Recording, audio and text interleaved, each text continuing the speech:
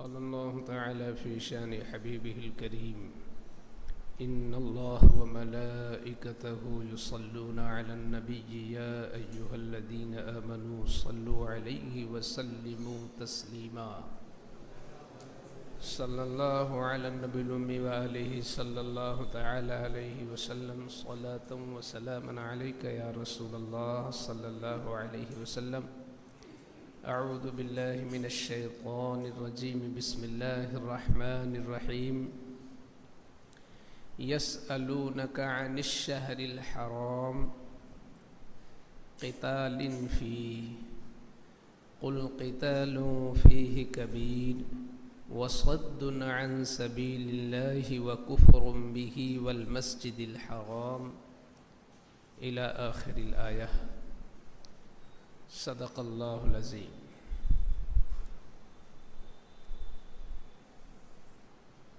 حضرات گرامی، یہ آپ بارہا سن چکے ہیں کہ قرآن کریم کی آیتوں کا ایک موقع اور محل ہوتا ہے کہ کس موقع پر کون سی آیت اتری. تقریباً 23 سال کے عرصے میں قرآن کریم تھوڑا تھوڑا کر کے حضور اکرم صلی اللہ علیہ وسلم پر نازل ہوا، تو آیتوں کا کوئی موقع اور محل ہوتا تھا، کوئی نہ کوئی وجہ بنا کرتی تھی. اسی کو ہم لوگ شان نزول کہتے ہیں. تو آج کی جو آیت ہے، یہ آیت کس موقع پر اتری، کیا واقعہ ہوا، اس کو 2 منٹ میں آپ سماعت کر لیں. پہلے آپ کو معلوم ہونا چاہیے کہ حضور صلی اللہ تعالیٰ علیہ وسلم نے 53 سال مکہ شریف میں گزارا، اور آخر عمر کے جو 10 سال تھے وہ مدینہ طیبہ میں آپ تشریف لائے ہجرت کر کے. جب آپ ہجرت کر کے تشریف لائے تو بہت سارے صحابہ آ چکے تھے، کچھ آنا باقی تھے، آنے کا سلسلہ جاری تھا، کچھ مکہ ہی میں تھے. ابھی جب آپ مدینہ شریف پہنچ گئے، ابھی جنگ بدر نہیں ہوئی تھی، کیونکہ جنگ بدر دوسرے سال میں ہوئی ہے. دوسری جو ہجری کا سال ہوا وہ دوسرے سال جنگ بدر ہوئی. ابھی جنگ بدر میں کچھ مہینے، تقریباً 8 یا 4 مہینے کا ذکر آتا ہے، ابھی باقی تھے کہ حضور صلی اللہ علیہ وسلم نے اپنے ایک صحابی حضرت عبداللہ ابن جحش، جو پھوپھی ذات بھائی بھی تھے، آپ نے ان کو امیر بنایا اور 7 صحابہ کرام کو اور شامل کیا، یعنی ٹوٹل 8 لوگوں کو. آپ نے ایک خط لکھ کر کے بھیجا اور کہا کہ تم لوگ جاؤ اور 2 دن چلتے رہو پیدل. 2 دن کے بعد جب کہیں آرام کے لیے رکنا تب میرا یہ خط پڑھنا، اس سے پہلے یہ خط نہ پڑھنا.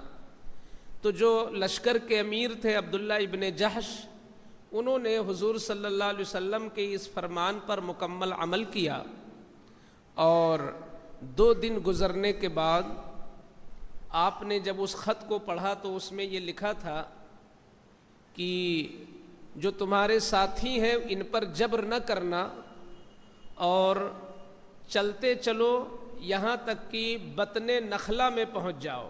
یہ بطن نخلہ مکہ اور طائف کے بیچ میں ایک جگہ ہے. تو حضور نے فرمایا کہ تم وہاں پہنچ جاؤ، تب رکنا، اور وہاں پر جو بھی حالات ہوں وہ مجھے بتانا. تو عبداللہ ابن جحش اپنے ساتھیوں کو لے کر جب وہاں پہنچے تو طائف چونکہ اچھا علاقہ تھا، مارکیٹ بازار وغیرہ، تو وہاں سے کچھ خریداری کر کے کفار و مشرکین کا ایک قافلہ آ رہا تھا. تو عبداللہ ابن جحش کے ساتھیوں نے دیکھا کہ یہ لوگ آ رہے ہیں، ان کے پاس مال و دولت بھی ہے. تو چونکہ آپ کو معلوم ہونا چاہیے کہ 4 مہینوں میں جنگ حرام تھی، رجب، شوال، ذی قعدہ، ذی الحجہ، ان 4 مہینوں کو شہر حرام کہتے ہیں۔ حرام کا معنی عزت، یعنی یہ عزت والے مہینے ہیں، یہ محترم مہینے ہیں۔ تو اسلام کے آنے سے پہلے ہی ان مہینوں کو عزت والا مہینہ کہا جاتا تھا، یعنی جاہلیت کے زمانے میں بھی لوگ ان کو قدر کی نگاہ سے دیکھتے اور اس میں جنگ نہیں کرتے تھے وہ لوگ۔ یہ امن و امان کے مہینے تھے، لوگ کھل کر اس میں بیوپار کرتے اور تمام معاملات کرتے، کماتے، ادھر ادھر سفر کرتے، کسی کو کسی کا کوئی خوف نہیں تھا اس وقت ان 4 مہینوں میں۔ اور ان 4 مہینوں کے علاوہ جنگ کے خطرات ہمیشہ بنے رہتے تھے۔ تو عبداللہ ابن جہش چونکہ اس وقت اسلام کا ابتدائی دور تھا، تو اس وقت جنگوں کا حکم تھا کہ آپ اسلام پیش کریں، اگر اسلام نہ قبول کرے تو ایسی صورت میں یا تو جزیہ دیں، نہیں جزیہ دیتے ہیں تو جنگ کے لیے تیار ہوں۔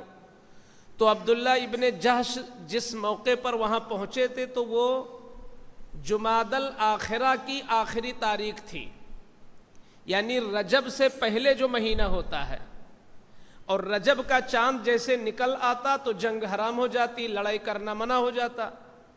تو انہوں نے دیکھا کہ ابھی رجب کا چاند نہیں نکلا ہے اور یہ مشرکین آ رہے ہیں، ان کے پاس مال بھی ہے، تو کیوں نہ ہو ابھی ہم ان سے مقابلہ کر لیں۔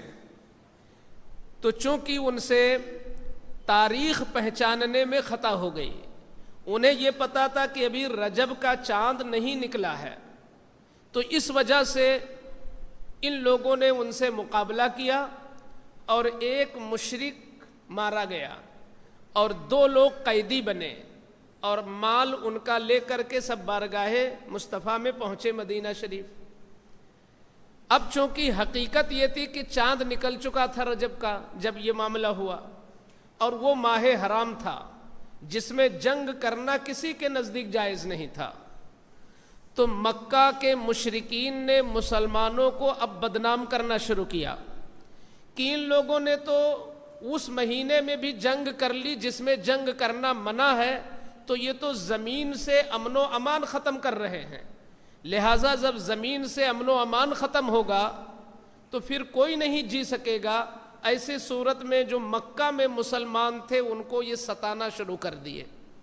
جب یہ معاملہ حضور کی بارگاہ میں پہنچا کہ ہمارے ہی صحابی سے مہینہ پہچاننے میں غلطی ہو گئی، چاند نکلا نہیں تھا، چاند نکل چکا تھا 29 ہی کا، اور انہوں نے سمجھا شاید چاند نہیں نکلا ہے، اس وجہ سے انہوں نے قتل کر دیا۔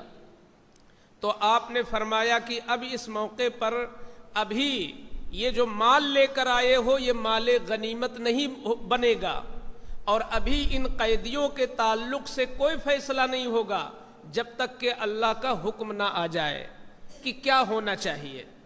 اسی موقع پر یہ آیت اتری جس آیت میں یہ بتایا گیا کہ یہ جو مشرکین طرح طرح کے سوال کر رہے ہیں کہ شہر حرام ہے، یہ ماہ حرام تھا اور ماہ حرام میں جنگ کر لیا، قتل کر دیا، یہ تو ماہ حرام کی عزت پہ حملہ کر دیا، یہ عزت والے مہینے کی عزت ختم کر دیا مسلمانوں نے، یہ اعتراض تھا ان کا۔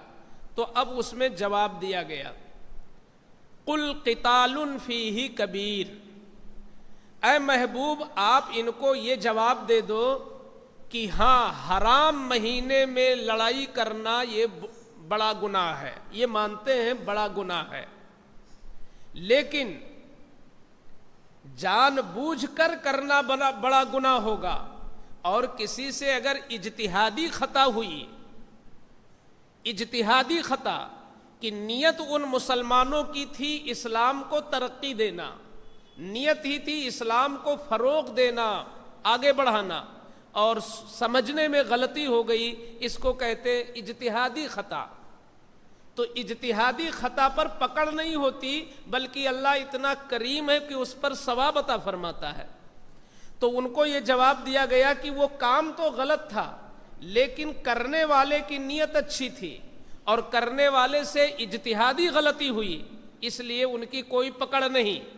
اب اے مشرکو، تم جو ایک چیز لے کر کے واویلا مچا رہے ہو کہ ماہ حرام میں لڑائی کر لیا، ماہ حرام میں لڑائی کر لیا، تو ذرا تم اپنے گریبان میں جھانک کر دیکھو کہ تم کیا کر رہے ہو اور تم نے پیچھے کیا کیا ہے۔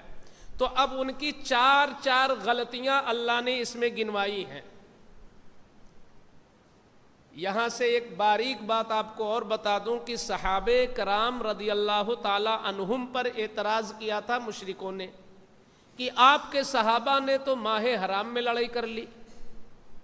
اس کا جواب اللہ کی طرف سے آ رہا ہے۔ تو اس میں صحابہ کرام کی عظمت اور ان کی شان معلوم ہوتی ہے کہ وہ اتنے بلند ہیں کہ اگر ان پر کوئی اعتراض کرے تو جواب اللہ دے رہا ہے۔ ایک چیز یہیں سے ایک چیز اور بتا دوں کہ صحابہ کرام پر اعتراض کرنا یہ اس زمانے کے مشرکوں کا کام تھا۔ صحابہ کے کارناموں پر تنقیدی نگاہ ڈال کر کے بیجا ان پر الزام لگانا یہ تو مشرکوں کا کام تھا، اور ان کی طرف سے صفائی دینا، ان کی عزت بچانے کے لیے محنتیں کرنا اور ان کی عزت کو بچانا یہ تو اللہ نے کام کیا، یہ اللہ کی سنت ہوئی۔ تو اگر آج کے دور میں بھی کوئی بھی ہو، آج کے دور میں اگر کسی صحابی پر کوئی انگلی اٹھاتا ہے یا صحابی کی کوئی غلطی نکالتا ہے تو گویا وہ اس زمانے کے مشرکوں کی سنت ادا کر رہا ہے، اور جو علماء دین ایسے لوگوں کا رد کر کے صحابہ کی عزت کی حفاظت کرتے ہیں وہ اللہ کی سنت ادا کر رہے ہیں۔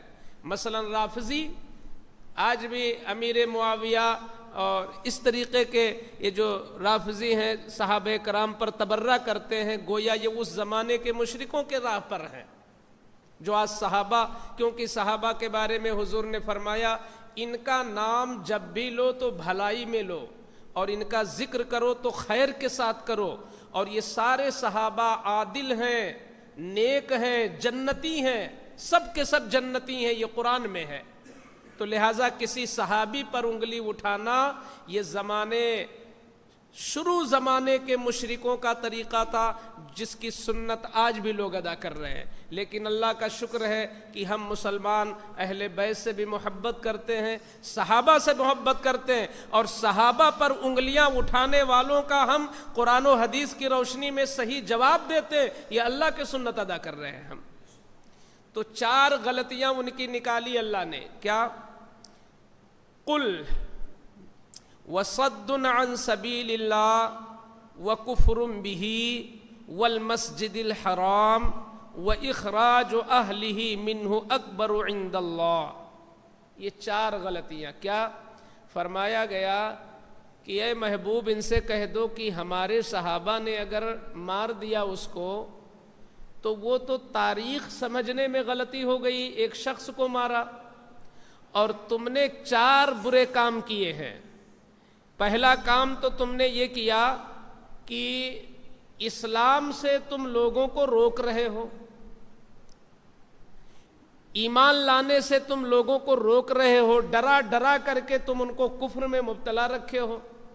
تو اسلام سے روکنا، قرآن سے روکنا، یہ کتنا گھنونا تمہارا کام ہے۔ ایک کام تو یہ ہے کہ تم غریب مسلمانوں کو ڈرا کر کے اسلام میں آنے نہیں دے رہے ہو۔ دوسرا وَكُفْرٌ بِهِ، اور تم خود بھی اللہ کے ساتھ کفر کرتے ہو۔ تو وہ اللہ کے ساتھ کفر نہیں کرتے تھے، اللہ کو تو رب مانتے تھے، لیکن ایمان وہ معتبر ہے کہ جس میں رب کو بھی مانو، رسول کو بھی مانو۔ تو رسول کو نہیں مانتے تھے تو ان کا ایمان گویا نا ایمان ہوا، اسی لیے کہا گیا کفرم بھی، یہ اللہ کے ساتھ بھی کفر کر رہے ہیں، کیونکہ صرف اللہ کو مانے اور رسول اللہ کو نہ مانے تو وہ اللہ کو ماننا ہی نہیں ہوا۔ تو 2 غلطی ہوئی۔ تیسری والمسجد الحرام، اور تم لوگ مسجد حرام سے روکتے ہو، یعنی جو مسلمان آ گئے تھے مدینہ ہجرت کر کے تو ان کو یہ عمرہ کرنے سے روک رہے تھے کہ تم عمرہ کرنے یہاں نہیں آ سکتے ہو مکہ۔ تو مسجد حرام سے روکنا یعنی عمرہ سے روکنا، مکہ میں آنے سے روکنا، یہ بھی حرم میں آنے سے روکنا، یہ بھی بہت بڑا گناہ ہے۔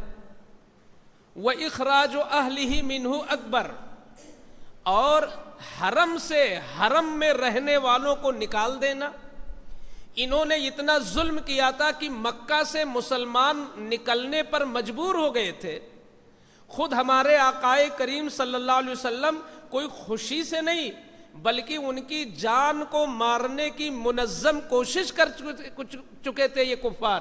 تب حضور کو وحی ہوئی اور جبریل امین آئے اور اللہ کا حکم ہوا کہ یا رسول اللہ یہاں سے نکلیے، تو مسلمانوں کو نکلنے پر مجبور کیا تھا۔ تو اللہ تعالیٰ یہ فرماتا ہے تم ماہ حرام کی تو بات کرتے ہو اور حرم کی بات نہیں کرتے۔ تم مکہ میں تم نے کیا کیا؟ وہاں نماز پڑھنے سے لوگوں کو روکا، وہاں داخل ہونے سے روکا، اور حرم وہ جگہ ہے جہاں پہ درخت اکھاڑنا بھی منع ہے، جہاں پہ شکار کرنا منع ہے۔ ایک شکاری جانور کو بھی آپ وہاں سے بھگا نہیں سکتے، تو کیا وہاں کے رہنے والے باشندے مسلمان کو وہاں سے نکال سکتے ہو؟ یہ بہت بڑا گناہ تھا۔ تو اللہ تعالیٰ کہہ رہا تم تو وہ کام کر رہے ہو جو اس سے کئی گنا بدتر ہے۔ اور پھر فرماتا اللہ والفتنۃ اکبر من القتل، اس قتل سے تمہارا یہ فتنہ بہت بڑا ہے۔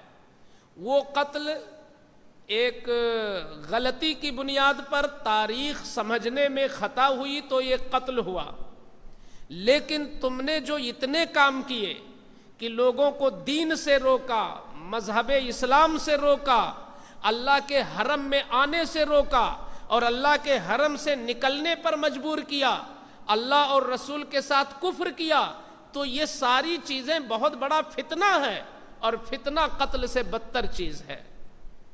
اس کے بعد آگے ہماری نصیحت کے لیے یہ تو یہ حصہ ہوا کہ یہاں سے ہم یہ سمجھیں کہ دیکھیں صحابہ کرام کی کیا عظمت ہے کہ اللہ تعالیٰ مشرکوں کی پول کھول رہا ہے کہ تم ایک بات لے کے اعتراض کرتے ہو اور اتنے بڑے بڑے گناہوں میں تم مبتلا ہو۔ یہاں سے ہمیں بھی ایک نصیحت ملتی ہے کہ ہم بھی کسی پر انگلی اٹھانے سے پہلے اپنی طرف انگلی ضرور اٹھا لیں۔ کسی کے اندر جھانکنے سے پہلے اپنے اندر جھانک لے تو شاید ہمیں کسی میں جھانکنے کی ضرورت ہی نہ پڑے۔ اگر کسی اور کے عیب دیکھنے سے پہلے بندے کو خیال آ جائے کہ دیکھیں میرے اندر وہ عیب ہے کہ نہیں، تو شاید موقع نہ ملے اس کو کہ وہ کسی اور کا عیب بیان کرے۔ یہاں سے یہ امت مسلمہ کو نصیحت مل رہی ہے۔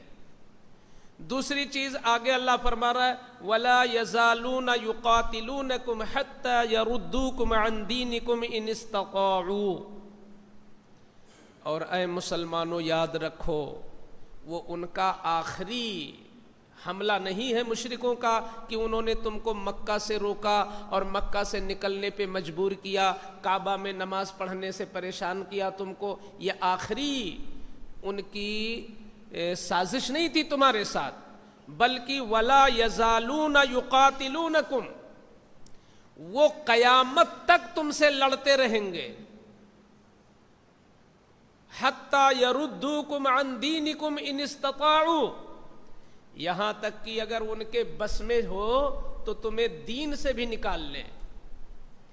گویا کہ ہمیں یہ اللہ تعالیٰ نے حضور کے ذریعے ایک پیغام دے دیا کہ مشرک تمہارے کبھی ہو نہیں سکتے، وہ تم سے لڑتے ہی رہیں گے۔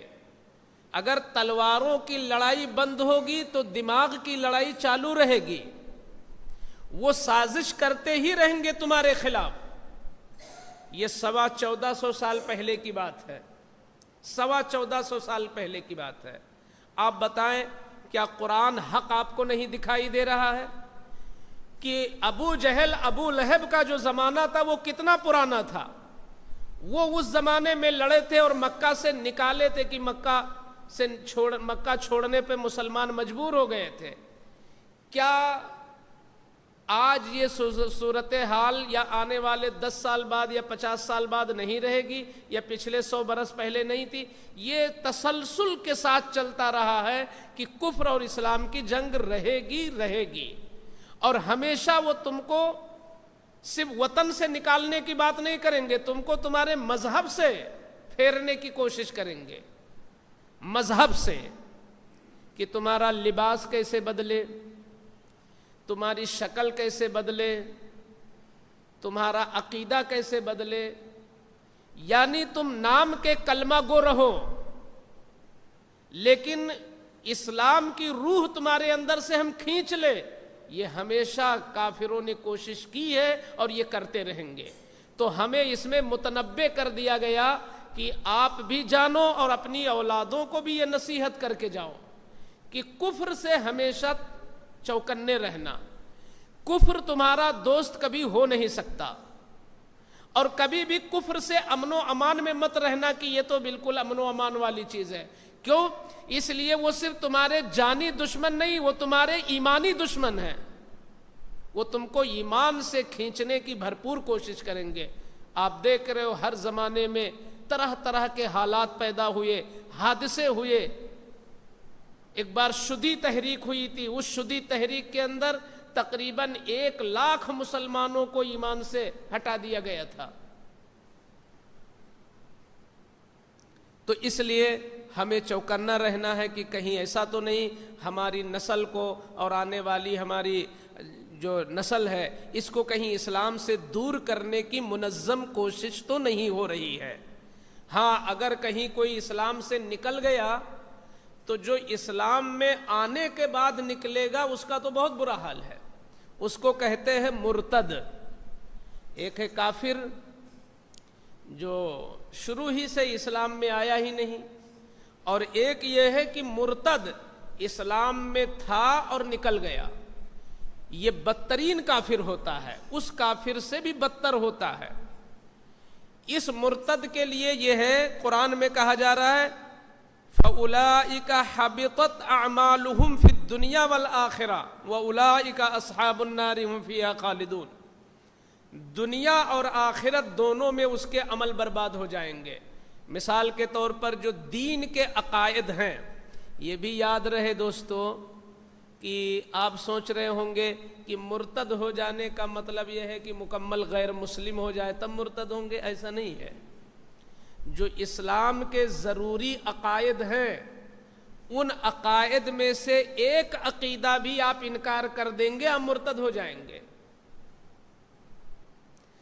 جیسے کہ صدیق اکبر کے زمانے میں کچھ لوگوں نے صرف زکوٰۃ دینے سے انکار کیا تھا، وہ کلمہ پڑھتے تھے، نماز پڑھتے تھے، حج کرتے تھے، ساری چیزیں کرتے تھے، صرف انہوں نے کہا ہم زکوٰۃ نہیں مانتے ہیں، زکوٰۃ کا انکار کر دیا۔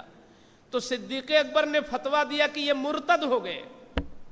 تو دیکھیں اسلام کے ایک قانون کا انکار کیا تو سارے قانون مان رہے تھے، ایک قانون کا انکار کیا مگر وہ مرتد ہو گئے اور ان سے جنگ ہوئی۔ تو اس لیے جو اسلام کے اصول ہیں، جو قانون ہیں، بنیادی عقیدے ہیں، ان میں سے ایک عقیدے کے خلاف اگر آپ کا عقیدہ بن گیا تو آپ مرتد ہو گئے معاذ اللہ۔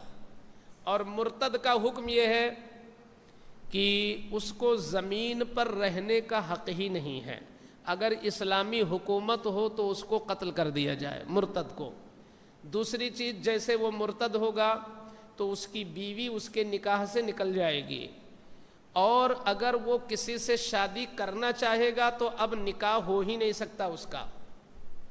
وہ مرے گا تو اس کی وراثت، اس کے خاندان میں کوئی مرے گا تو وہ وارث نہیں بنے گا، وہ بالکل الگ ہو گیا۔ وہ مرے گا تو اس کی نماز جنازہ نہیں ہوگی، اس کو مسلمانوں کے قبرستان میں دفن نہیں کیا جائے گا۔ یہ ہوا دنیاوی معاملہ۔ اور جیسے وہ قبر میں لٹایا جائے گا تو اس کے بعد جو اخروی معاملہ شروع ہوگا وہ کافروں جیسا اس کے ساتھ ہوگا۔ تو دنیا کا بھی عمل برباد، آخرت کا بھی عمل برباد۔ اگر دین کا ایک مضبوط عقیدہ اس کے خلاف آپ کر لو تو آپ اس سے اندازہ لگاؤ ہمیں دین ایمان سیکھنے کی کتنی سخت ضرورت ہے، ہمیں اسلام کے اصول جاننے کی کتنی سخت ضرورت ہے، کہ کہیں ایسا نہ ہو کہ لا علمی میں کہیں ہم کسی ایک مخصوص قانون کے منکر کہیں نہ بن جائیں، اور غلط صحبت کی وجہ سے کہیں ہمارا عقیدہ بدتر نہ ہو جائے۔ اس لیے ہم آپ لوگوں کو زور دیتے ہیں کہ آپ اس ہفتہ واری درس میں آپ بھی شریک ہوں، اپنے احباب کو بھی شریک کریں، ایمان کی قیمت سمجھیں۔ کوئی دولت تمہارے پاس نہیں ہے سوائے ایمان کے۔ ننگے بدن پیدا ہوئے اور بغیر جیب کی کفن لے کر کے جاؤ گے جس میں 1 روپیہ بھی نہیں رکھ سکتے۔ محتاج آئے تھے، محتاج جانا ہے، تمہارا کچھ نہیں ہے۔ ہاں تمہارے ساتھ قبر کے اندر جو تمہارے کفن میں لپیٹا جائے گا اور تمہارے بدن کے اندر جو رکھا ہوگا وہ صرف اور صرف دولت ایمان ہے۔ اسی دولت ایمان کی ہمیں فکر کرنا ہے کہ وہ کیسے بچ سکتا ہے۔ جہاں آپ 18 گھنٹہ 16 گھنٹہ 15 گھنٹہ اپنی دنیا بنانے کے لیے محنتیں کرتے ہیں، تو جب کہیں دین کی بات ہو، مذہب اور اسلام کی باتیں کی جائے تو آدھا گھنٹہ 20 منٹ آپ اس دولت کی حفاظت کے لیے نکالیں جس دولت کے چور ہر وقت گھوم رہے ہیں۔ جیسے تمہاری زمین، یہ دنیا کی دولت بچانے کا کام حکومت کرتی ہے، پولیس کا محکمہ ہے، یہ تمہارا تحفظ کرتے ہیں، ایسے ہی تمہارے دین کی حفاظت کے لیے اللہ نے علماء کو پیدا فرمایا ہے۔ آپ علماء سے قریب تو ہوں، آپ ائمہ حفاظ قراء کی سنگت میں تو رہیں، جب آپ قریب آئیں گے تبھی آپ کے ایمان کا تحفظ ہو سکے گا۔ تو ہم امید کرتے ہیں کہ انشاءاللہ آنے والے درس میں اسی کثرت کے ساتھ اور آپ احباب شریک ہوں گے۔ ہو سکتا ہے کہ 1-2 باتیں کر کے آپ کے علم میں اضافہ ہو، آپ کے ایمان کی حفاظت ہو، عمل کی حفاظت ہو۔ پروردگار عالم ہمیں اور آپ کو خیر سے مالا مال فرمائے اور ہم سب کے ایمان کا تحفظ فرمائے۔ بسم اللہ الرحمن الرحیم، صلی اللہ علی النبی الامی وآلہ صلی اللہ تعالی علیہ وسلم۔ یا ارحم الراحمین، یا ارحم الراحمین، یا ارحم الراحمین، اس مجلس درس کو قبول فرما لے۔ میرے مولا، یہ تیرے بندے تیرے گھر میں نماز کے بعد تیرا اور تیرے محبوب کا ذکر سن رہے ہیں، تیرا مقدس کلام سماعت کر رہے ہیں۔ میرے مولا، اس حسن عمل کو قبول فرما لے۔ یا اللہ، ہمارے لیے اس کو توشہ آخرت اور نجات کا ذریعہ بنا دے۔ میرے مولا کریم، جن کی بے پناہ کوششوں سے، محنتوں سے یہ عمل جاری ہے، یا اللہ ان کو دنیا آخرت میں خوب خوب اجر و ثواب عطا فرما دے۔